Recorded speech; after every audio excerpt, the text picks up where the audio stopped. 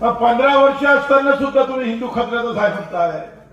अरे ना मुसलमान खतरे में कांग्रेस वाले तसेच आहे. ये ना बटेंगे का कटेंगे म्हटलं का हे म्हणते मुसलमानाले फतवा काढा. एका फतवा निघाला का घ्या टोले. हे फतव्यावाले अलग, हे हिंदू वाले अलग आणि शेतकरी मरते अलग. घे ना मारा मतदान साहेब. दोन्ही एकूण मरण आहे. आणि तुम्हाला मी प्रश्न विचारतोय, तुम्ही तुमच्या घरी जेव्हा मतदान मागायला लोक आले तेव्हा कोण कापसाले भाव मागितला सांगा बरं एखाद्याने. ते तुम्हाला जमत नाही. तुमचं तोंड चूप असते.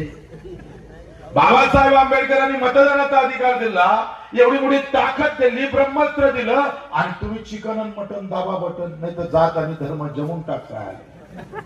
कसे घडळे व्हावं आम्ही. आमचीच आम्हाला कदर येतो. एक गावाला मी सगळ्या सभा 150 सभा घेतल्या आणि हा प्रश्न विचारतो. अरे गावात जेव्हा एखादा नेता आला तेव्हा एखाद्यानं उभा राहून भाऊ कापसाबद्दल किती भाव देणार ते सांगा तुमचं सरकार आल्यावर. ते नको. ते यवतमाळचं एक गिरपट भेटलं.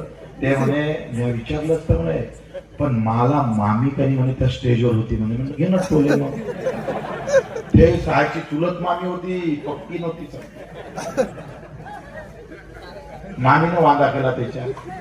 आला होता त्याच्या तोंडात विचारायचं का बाप कापसाले भाव द्या काय, सोयाबीनले भाव.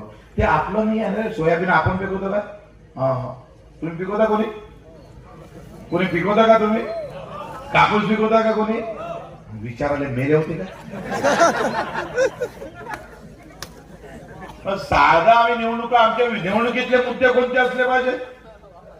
माझ्या गावची शाळा असली पाहिजे, माझ्या आरोग्याची व्यवस्था असली पाहिजे, माझ्या कापसाच्या हमीभावाची आम्ही विचार ते मांडलं पाहिजे. ते काहीच बोलत नाही.